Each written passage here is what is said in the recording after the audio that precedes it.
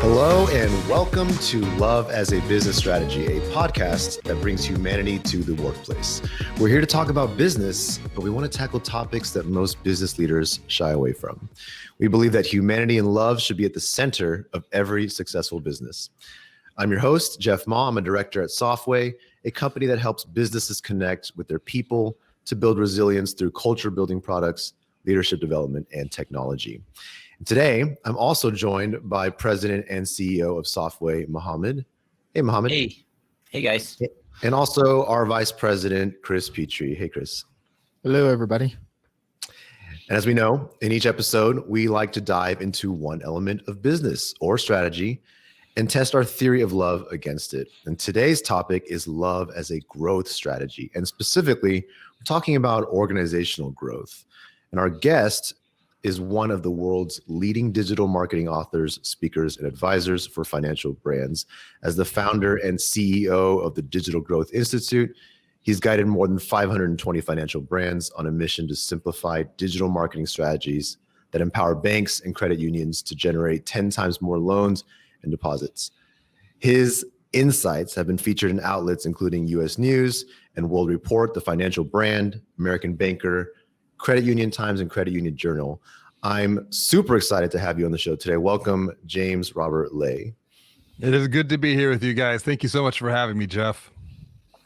Awesome. And something we have to do, unfortunately, is some icebreakers. So before we can dive into anything else, I have to open the envelope here and read the questions that are prepared. And it looks like our executive producer has graciously put Mohammed first again to save James Robert Lay for last. So Mohammed, this is easy. Which do you prefer to use? Desktop, laptop, tablet, or mobile?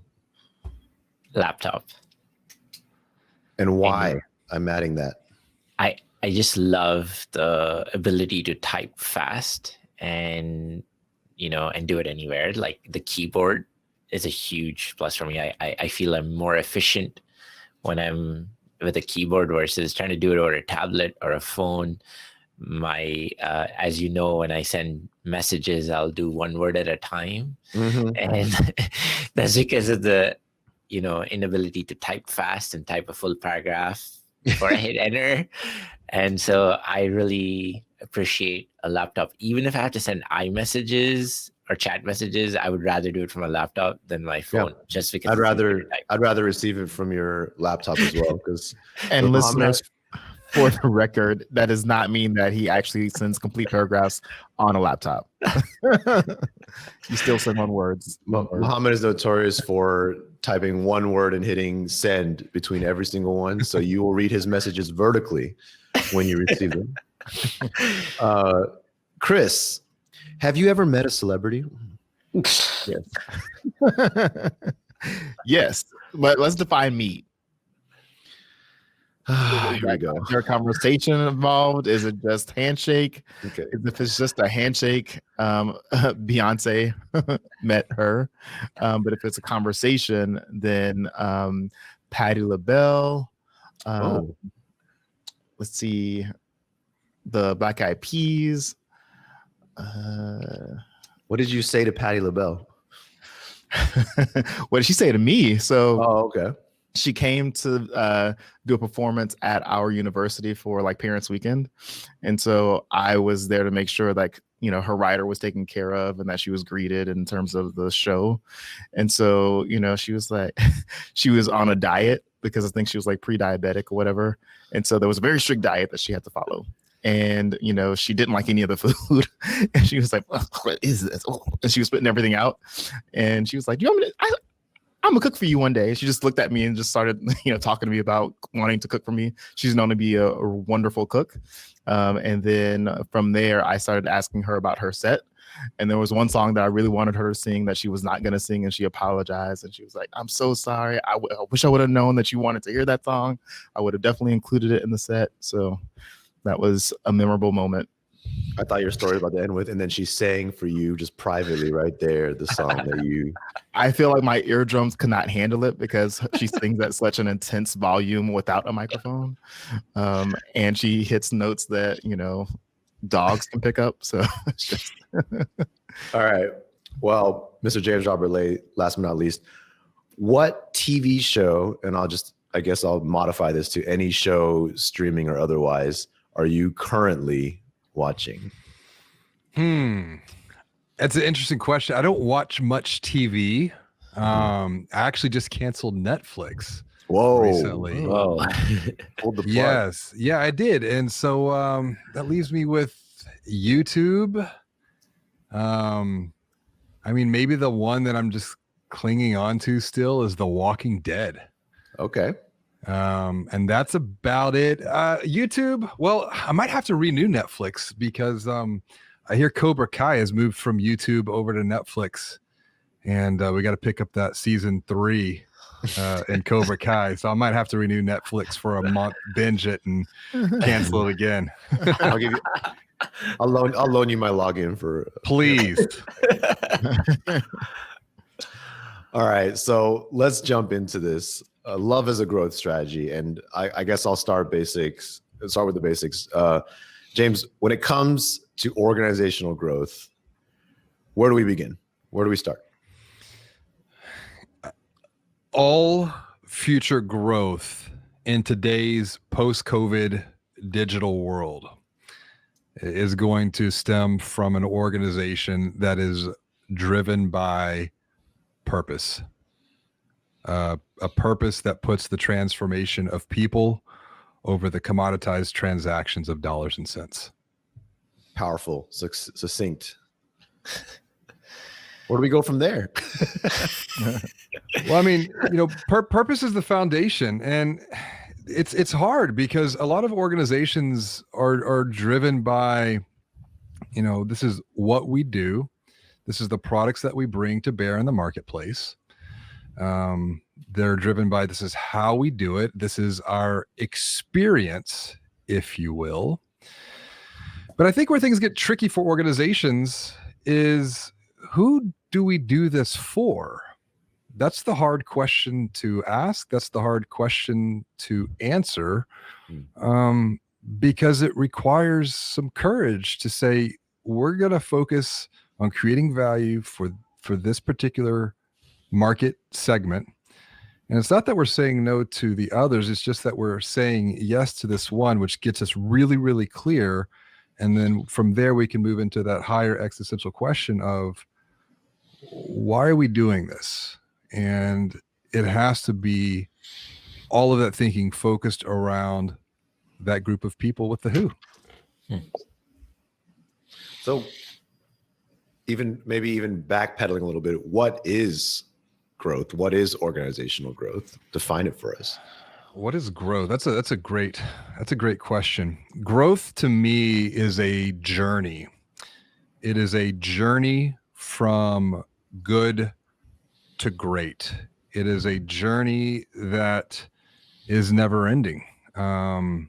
It's one that often starts in the mind of the individual, that then is disseminated and communicated to the team, and then ultimately accepted and adopted by the organization at large, because an organization is made up of teams, and teams are made up of individuals. So James, I know that you talk about in your book, Banking on Digital Growth, you specifically speak about digital growth. Can you set context to digital growth, and then why banking? Yeah. So digital growth, academically defined, is what we would look at as systems and processes that align really 4 key players within an organization: marketing teams, sales teams, IT teams, operational teams. And we align these 4 teams around the modern, what we would call the digital consumer journey, putting people at the center of all of our thinking and all of our doing, really with 3 primary goals.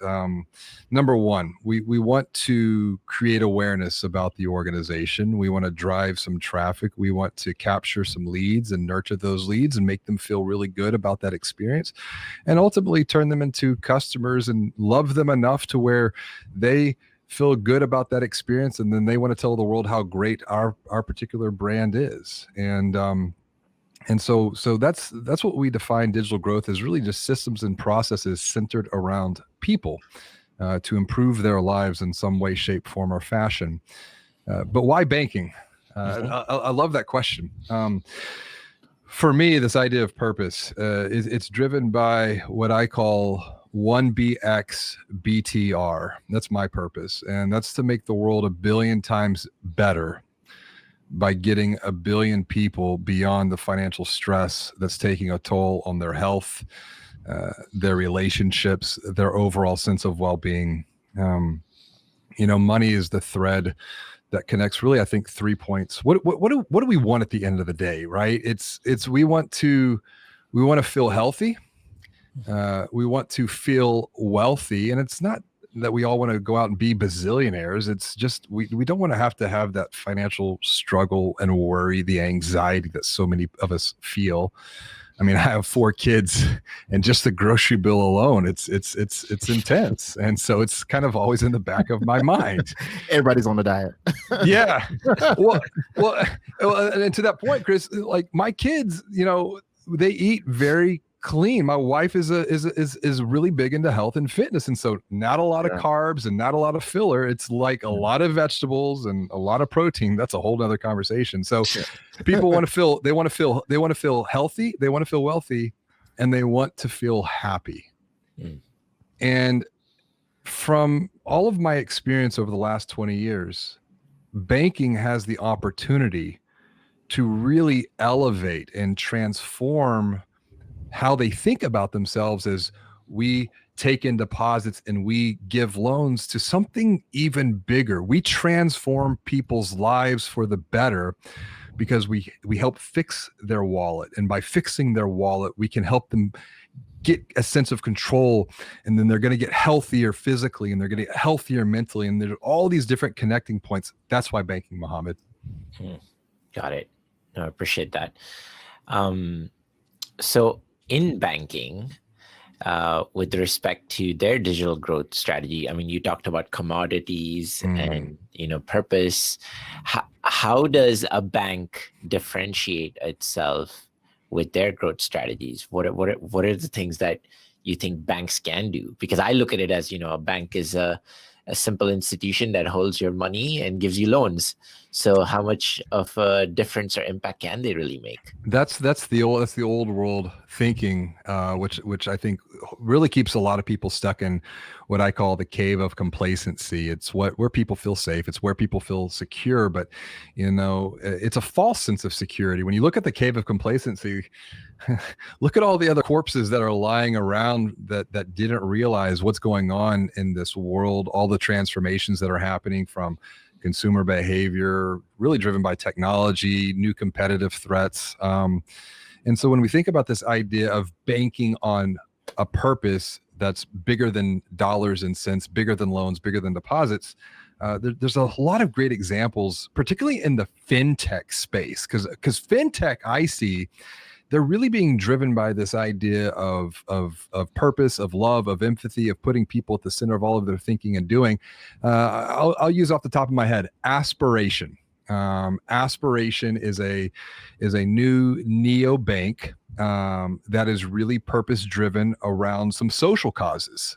So, for example, the deposits at Aspiration would never go to, say, fossil fuels or other what we would call maybe more politically charged initiatives. There was a lot of heat that some of the big nationals took, Wells Fargo in particularly, and because of that, Aspiration was able to attract a couple 100,000 new account holders because they were able to position around this idea of be well and do good, and a lot of it is being well and doing good for the environment, and that idea of purpose is even disseminated through the communication, both marketing, but even their products as well, because a lot of this comes back to doing good for the planet, planting trees, even whenever you open an account or swipe a card, or they have their IRAs tied into funds that won't harm the environment. So that's just one of many examples of how you can take a bank who might, to your perspective be traditionally thought of as we take in deposits and we give loans. No, for aspiration, it is driven by a much larger aspiration of making the world a better place. Got it. Okay. I know I personally have this mental personal stigma when it comes to banking and finance that inherently labels it as evil, if you will. Ooh. I was really excited to have this conversation with you because, as love as a business strategy, it's something that we firmly believe in. We're constantly focused very broadly out in workplaces and things like that. But when it comes to, I guess, connecting the dots to the banking industry or, your experience in general, where do you see that connection more clearly? This could be applied to almost any vertical. And the reason I say that is I look out at the world, and whether it's in the banking space or in retail, education, healthcare, almost every single vertical has been commoditized because of digital in some shape, form, or fashion. And like this idea of love, I'm gonna come back. Another just thought that popped in my head is a platform called Honeyfi. It's another app. It's a fintech app.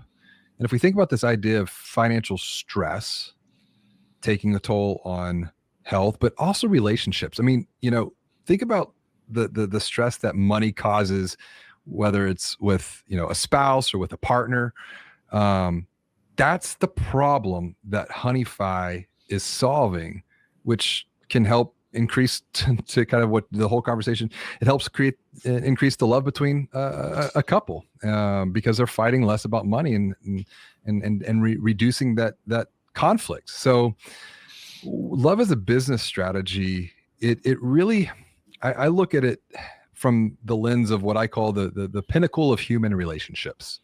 Every relationship that we have, there's three key elements for that relationship to thrive.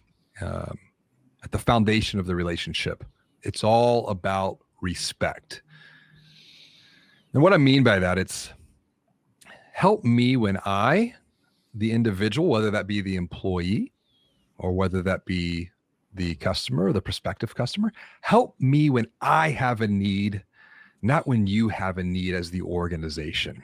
And that's a big transformation of thinking because, and we can come back to this point in a little bit, but I think there's a lot of narcissism, particularly through the lens of my world of marketing and sales, but it's all about respect. Get the respect, we can start to level up. Because at the pinnacle of this relationship is what you guys are talking about. It's about love. And what I look at is love from a growth strategy. Love is whenever an individual makes a commitment to an organization, whether that be an employee internally, whether that be a prospective customer externally, to make a purchase, to take that job. But what has to happen to bridge the gap between respect and love at the top of this pyramid of human relationships? It's trust. And trust is built on two things: what you say and what you do. And in today's digital world, trust is a little bit harder to build than it was back when we could actually get and sit down face to face. It's a lot to unpack. Yeah. And so that's a really great concept. And going back to your cave of complacency, why do you think it is that, banks, which control so much of, the world's wealth and sort of transfer of money, what is making it, if I can say, be so bold to say, what's making it so hard for them to make this connection and build these types of true relationships with their customers? And even those who, I know there's a huge class of people that are underbanked, as they call them. Yeah. Like even building into relationships with those folks who, are living without bank accounts. That's exactly right. What makes it hard? It's a really deep question. It's what I call the banker's brain. And what I mean by that, the banker's brain is a very smart, left-driven, analytical brain that hates to take risk. And that's a good thing, because to your point, yeah, they are controlling the wealth and people's money, and we don't want them to. We don't want to wake up one day and where did my money go? But at the same time, that strength is also the Achilles heel, because the banker's brain is very different from the brain of the person, the consumer. Even to your point, the underbanked, they're driven by those three things of, I want to feel healthy, I want to feel wealthy, I want to feel happy. And so that is going to create some natural conflict internally and externally. And when we look at what holds them back into that cave of complacency, it's really, it's four fears. It's like, yeah, you know what? I get this idea philosophically, but I'm held back by the fear of the unknown. Can we even think like this? Can we even do and operate around a business model of love? Okay, great. So what do? We have to provide clarity to help the unknown feel a little bit less scary. Then it's the fear of failure. And we've been successful up to this point. Why do we need to make this change to begin with in the first place? Which is a very dangerous thought, because what got us to where we're at today will not get us to where we need to go tomorrow as an organization. We're making decisions in the present moment informed by the past, when we should be future thinking. And to be future thinking, we have to be thinking about the problems that people have and solve those problems for people. And that'll help our organization continue to grow from good to great. And then we have the fear of fear of change, which is, to me, one of the hardest things, because that fear of change is really rooted in the fear of the unknown and fear of failure. And change is hard for any of us, and it requires courage, it requires commitment, and it requires us leaning into that. But if we put our focus on other people, not on ourselves, but if we put our focus on other people, it makes that change. And I think that's the thing. We don't need to talk about change anymore, because change has a negative context to it. We need to begin to talk about transformation, because change is hard. Transformation is much easier, because what is transformation? Transformation is growth. Transformation is growing from good to great. Yep.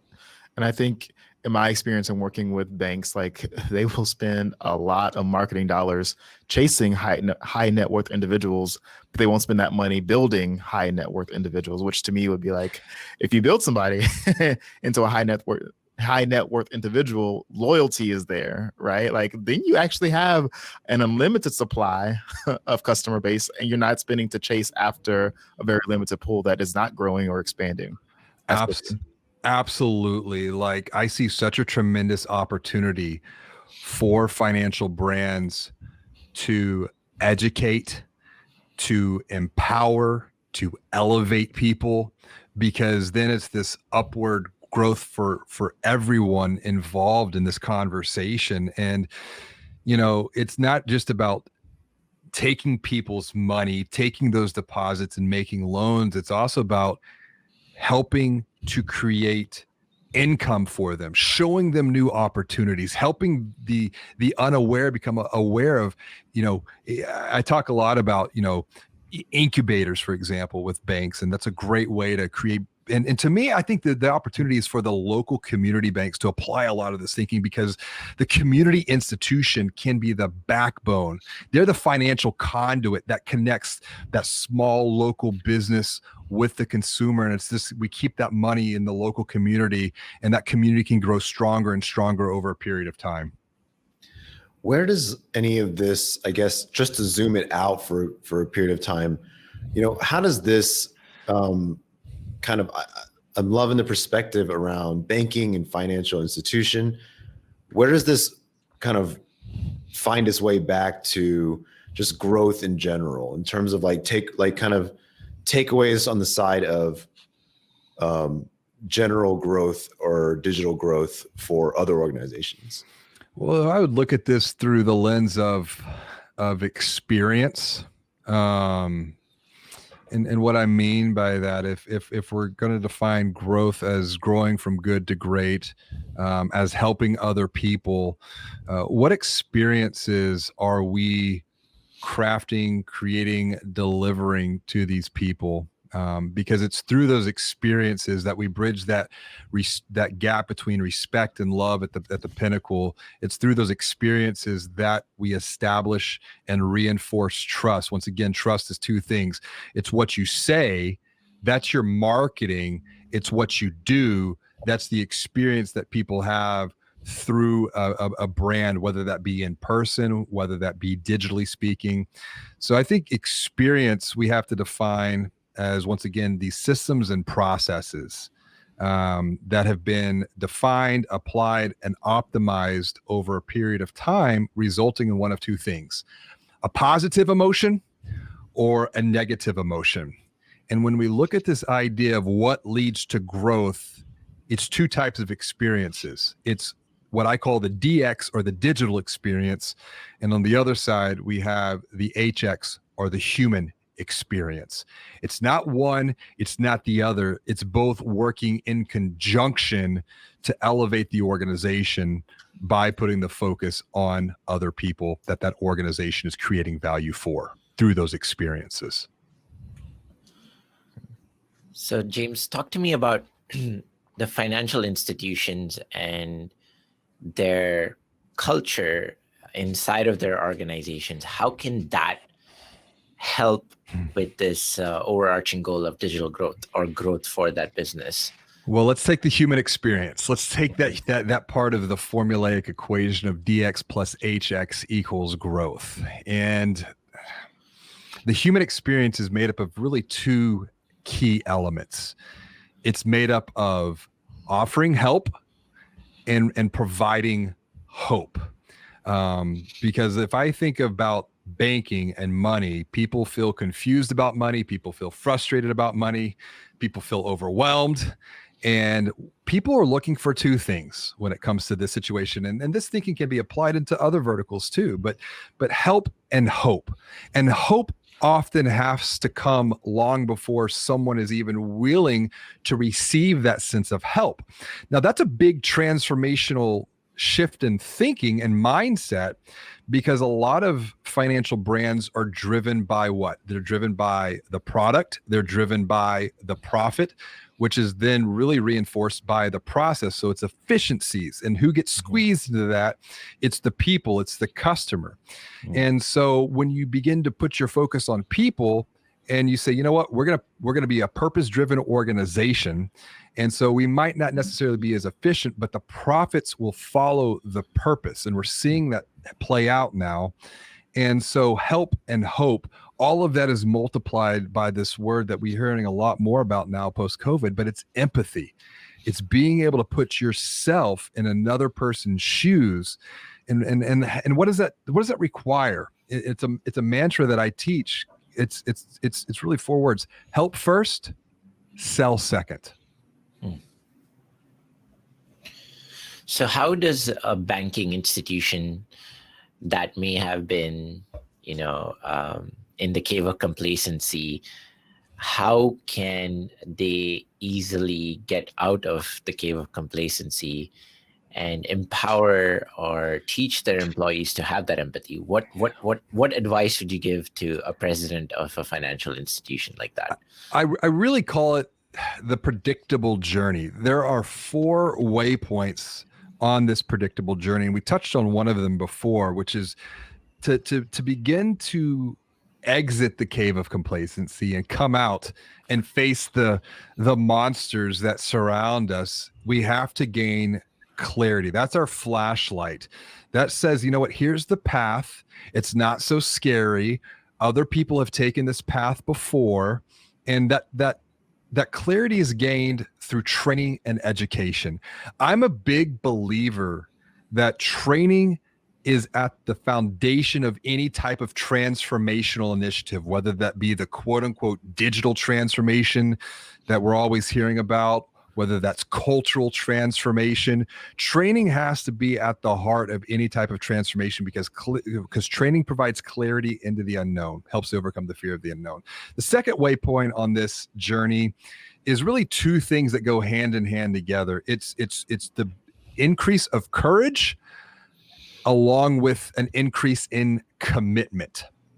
And a lot of that is it's taking what we've learned through that training and then being able to distill that down into some new strategic thinking models.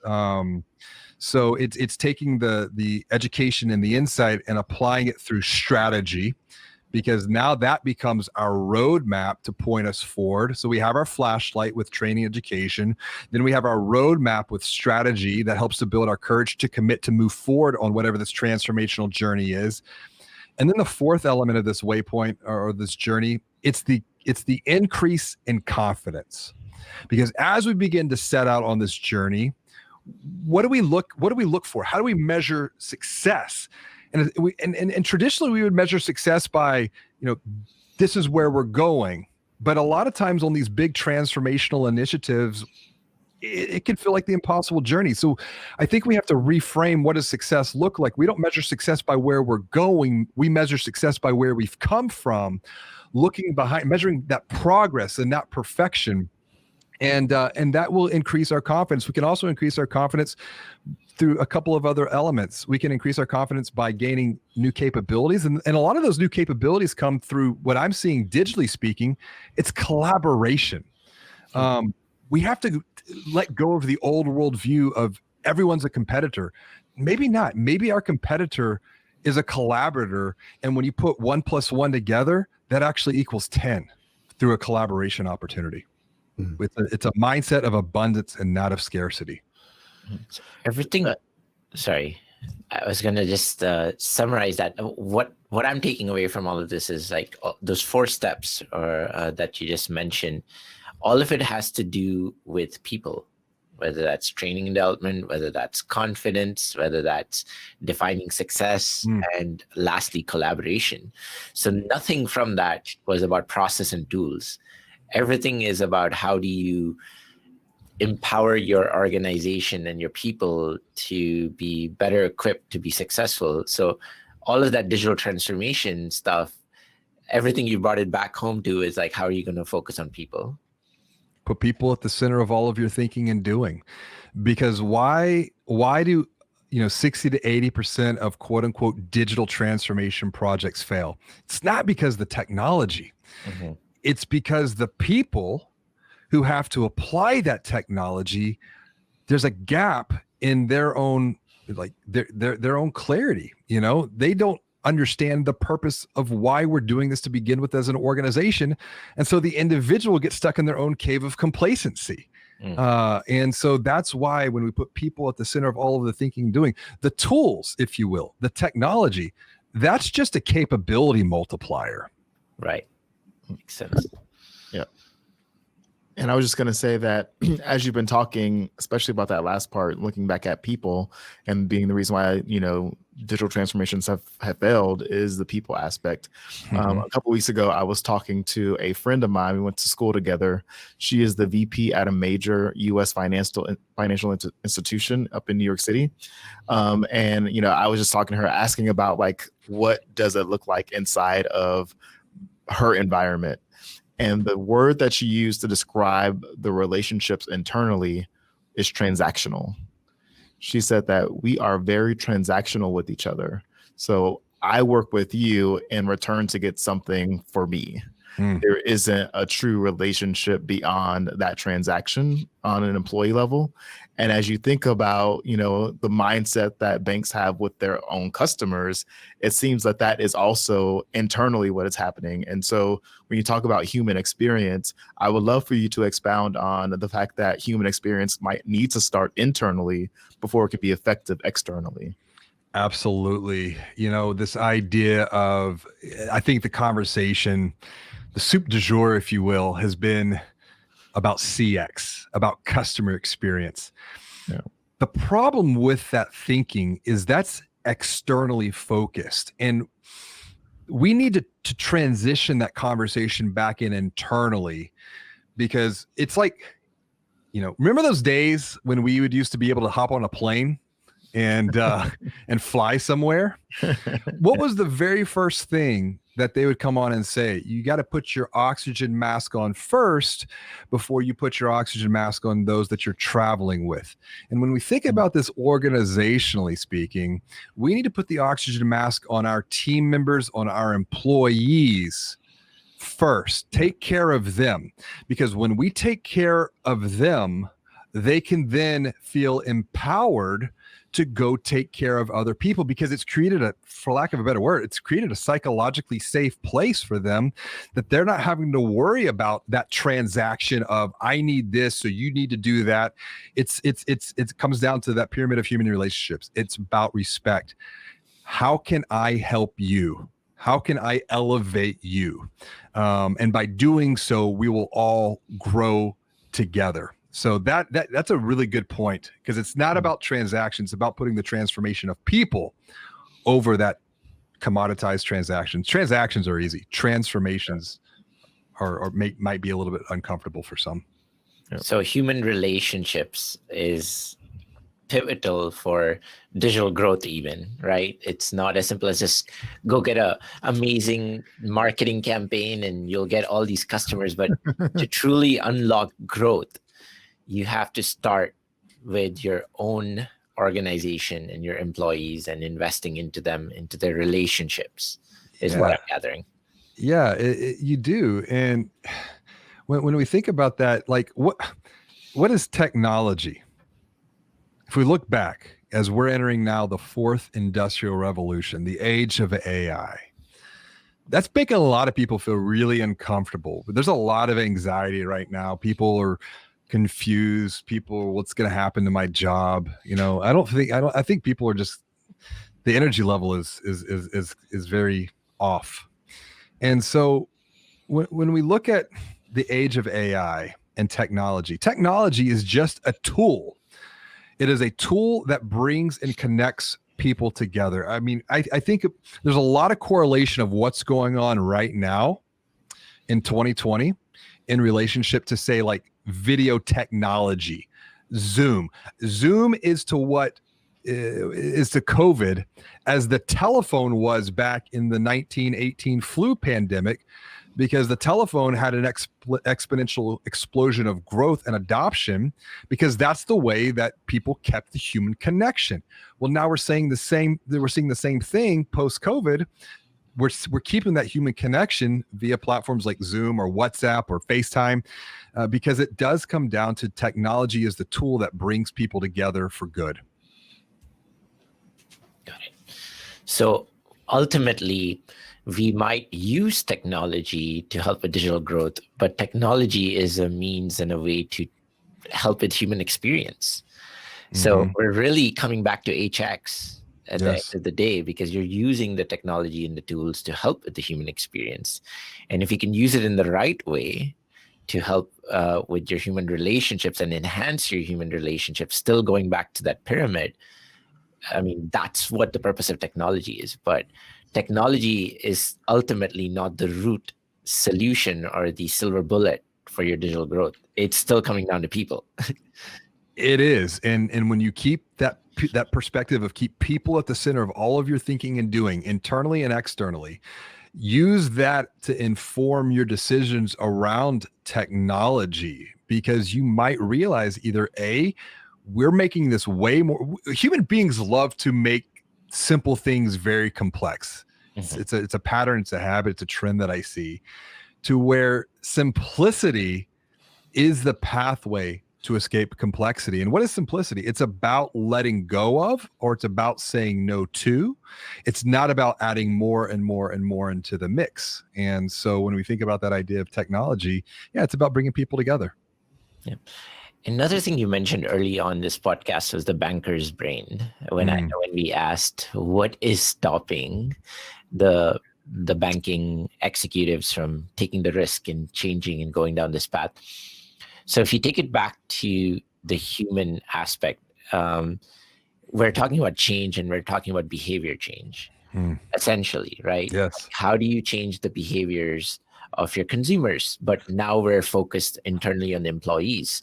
And when you talk about the banker's brain and how you're going to change their behaviors, it's coming back to mindsets and behaviors inside of the organization. Yeah. If that's probably the biggest obstacle that you have to overcome. It is, and that's why I say, this idea of digital growth is a journey. It's a journey from good to great. It's a journey that really begins in the mind, and it's one that will take time. It's one that will probably be a little bit uncomfortable for some, and but it doesn't mean that all hope is lost, because you can help the unaware once again become aware through that training and education, and patience, having a lot of patience and providing some grace. But I really believe if an organization, and this really takes the conversation full circle now, of where does this begin? It begins with purpose. Because if you can identify what that organizational purpose is beyond the products or the services that has really driven a lot of the thinking up to this point, it's much larger.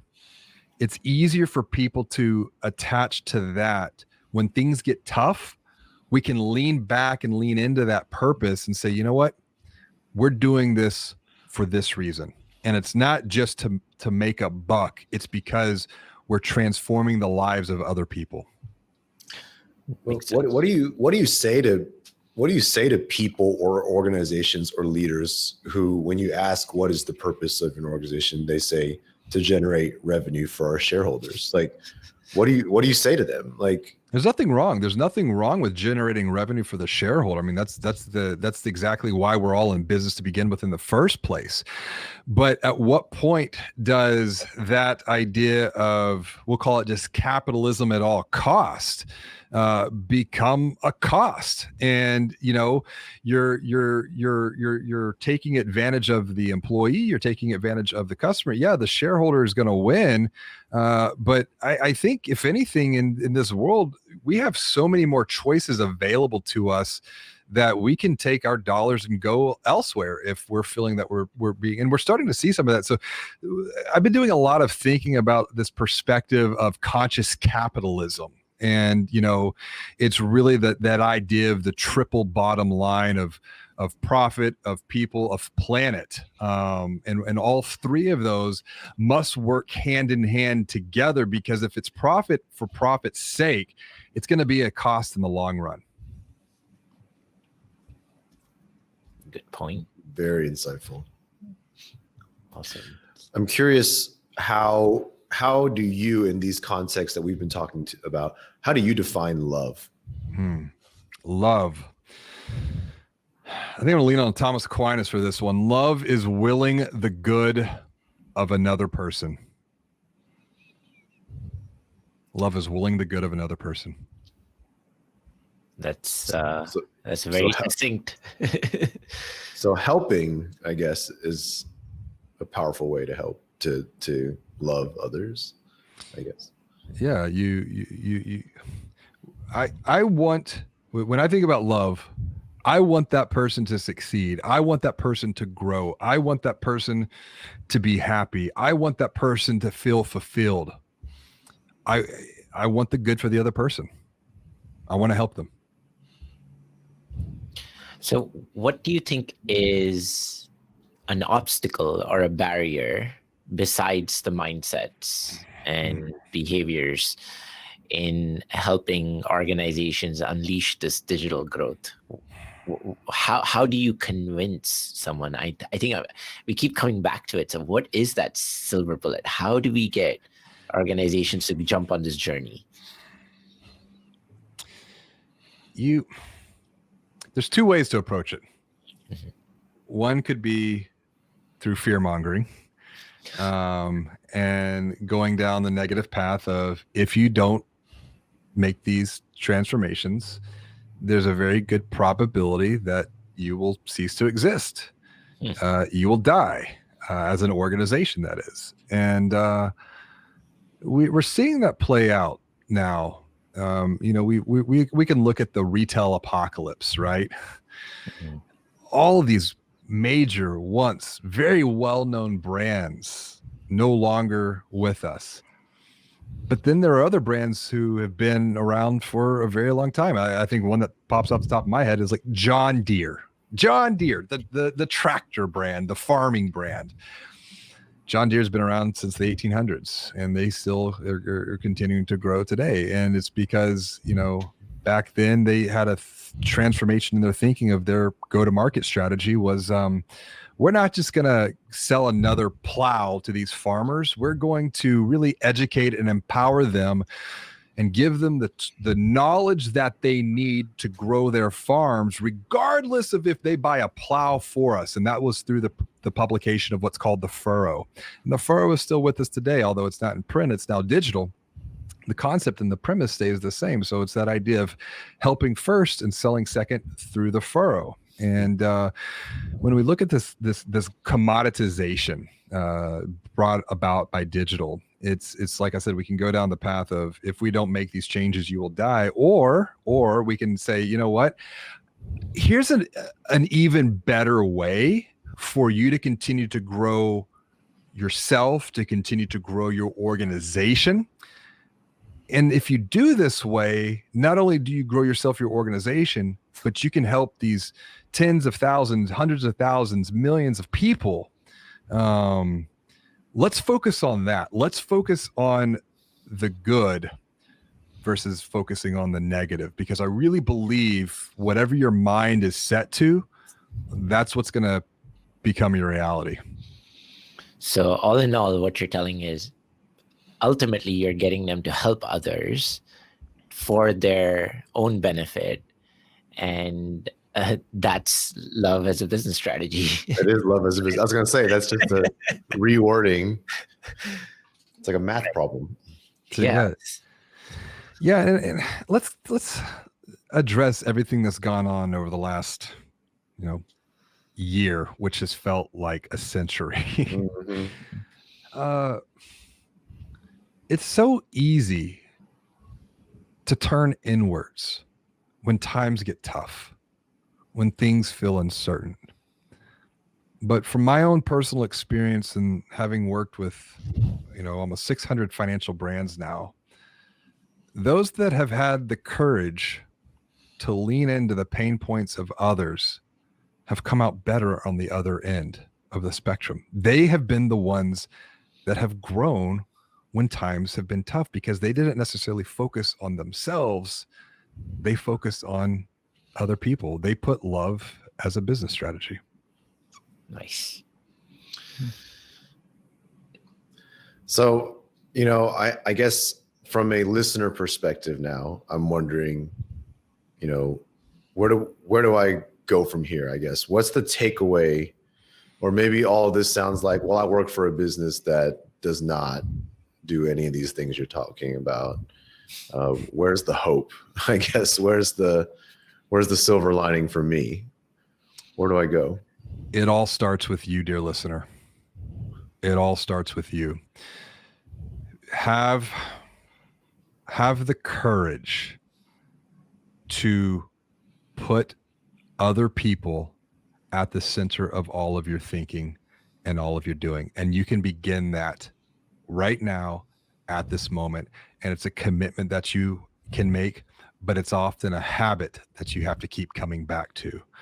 And catch yourself and give yourself grace. If you find yourself falling off the path and reverting back to the old patterns and behaviors, that's okay. It's human nature. Forgive yourself.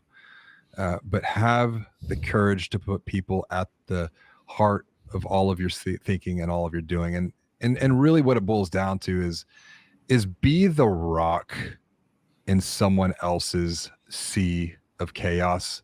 Be the rock that they can cling to.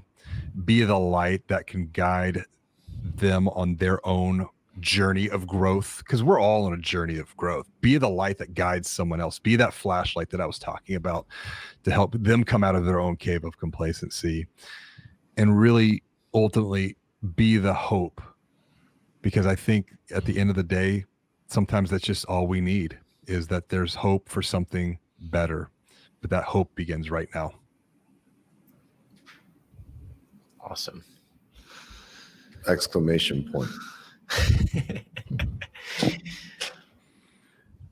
James, share a little bit about your book, your podcast. Share a little bit about what you have going on. Yeah. So, I mean, I would love for the dear listener just to connect with me on LinkedIn, and ask me a question. You know, if you want to dive deeper on the subject matter from my own perspective of the world, let me be that resource. Let me be that light for you, I guess. And one of the ways that I'm doing that is through my podcast, which is Banking on Digital Growth, and answering questions from people that come in, and then also as a way just to get everything that I know out of my head into the hearts and minds of other leaders at scale. I wrote the book Banking on Digital Growth, which, while it is written through the lens of growth for financial services, the models, the methodologies, the thinking inside can easily be applied and transitioned into other verticals. Sure. Awesome. Well, Mohammed, Chris, anything else you want to pick out of James' head right now while we have him? I do have a question. So, James, I know you for many, many years. What got you to go in this direction? Because I know I met you when you owned a digital agency. So I just want to hear your purpose. How did you change your purpose, and how did you get into doing what you're doing today? It's the dark night of the soul. You know, it was 2012. My agency was right at 10 years old, and we were, from the outside, people thought, man, you're doing great. You know, you're growing, you're making a lot of money. You're getting all this press, these awards, these accolades. And then it was October of 2012. My wife is like, we had just had our second child earlier that year. She said, it's either me and the kids or it's the business. And I had to make some tough choices and tough decisions because I was self-absorbed, selfish. It was all about me, and not a very good person. And so I had to come in and get some outside help because I was too far into that cave, if you will. It was so dark. And so I brought in someone that had worked with other firms like mine. And his advice and his recommendation was, you just need to blow it all up and start over. And so I took that 10 years of doing, if you will, and then transitioned into the next iteration, which is really framed around training and education, trained around thinking, formed around strategy. And it was all because I didn't want to lose my wife or my kids. And since that time, we had 2 more children, and the business has grown in a much more healthy direction for myself personally, for my family. But I feel like the value that I'm creating is much larger than the old marketing campaigns of the past, but really transforming people's lives through the thinking and the teaching that we're doing for these banks. Awesome. Well, I appreciate you sharing that, and thank you for giving us that insight. I appreciate it very much. Very powerful. Absolutely. Yeah, I'll echo that. Thank you so much for joining us today. You've given so many golden nuggets of wisdom and insight here. And Mohammed, Chris, also thank you for joining us today. This has been a really great conversation. Yep. Thank you. And thank you, James. I think a lot of the things you're talking about, while yes, it's focused on the banking world, it can be applicable to so many other lines of business, so many different industries. So if you're listening, I hope that you were able to take some nuggets that you can apply to your business, no matter what that is in. Absolutely. And thank you so much for having me. I wish everyone well. Be good. Awesome. And here at Love as a Business Strategy, we're posting new episodes every Tuesday. And if there's a business topic or any topic you'd like to cover, drop us a line at softway.com/labs, LAABS. And if you like what you heard today, please do consider giving us a 5-star review or subscribing on Apple, Spotify. It would mean a whole lot. So with that, we will sign off and see you next week. See you later.